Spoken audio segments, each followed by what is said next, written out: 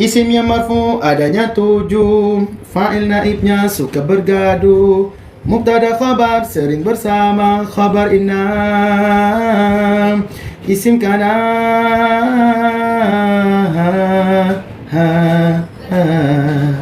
Okey, apa kaitan zaraf tadi ni?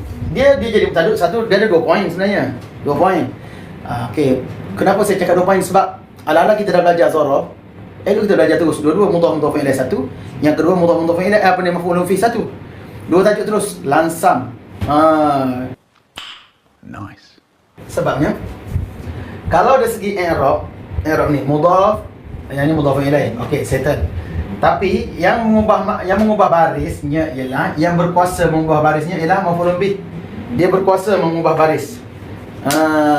Apa Ustaz kata berkuasa mengubah baris? Ada yang tak berkuasa mengubah baris. Okey, macam inilah. Yang menentukan baris dalam bahasa Arab ni,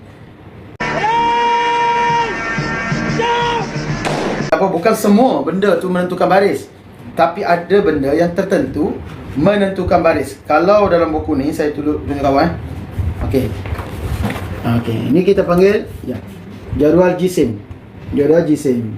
I'rab jadual jisim. Jadual i'rab isim. Dalam ni salah tunjuk. Dalam ni yang marfu apa? Saya nyanyi sikit, saya nyanyi senang faham. Apa yang saya nyanyi ni, itu semua akan mengubah baris, memberi perubahan pada baris. Okey, contohnya apa?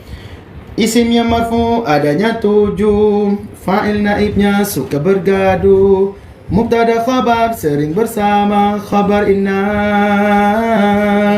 isim kana.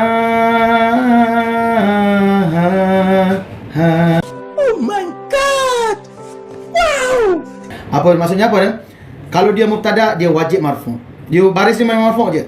Khabar di baris dia marfu je. Fa'il mesti marfu je. Naib fa'il marfu je. Isim kana marfu je. Khabar kana marfu saja. Ini memang kena marfu, wajib. Tak boleh tukar-tukar. Kemudian mansubat pula. Al-mansubat ada 13, al-mafa'il 6 sekawan, maf'ulun bih, maf'ulun fi, gitu. Jadi ini semua adalah untuk mansub. Kalau majrur pula, dengan saya nak tunjuk pada masa mudhaf ilaih tadi. Majrur kat sini. Isim yang dijar 3 sahaja, tidak banyak dengan haraf dan juga idhafat, itulah sahaja, cukuplah ia. Okey, ditulis tu idhafat dalam kurungan mudhafun ilaih. Maksudnya apa? Mudhafun ilaih saja yang mengubah baris. Mudhaf, adapun mudhaf tidak.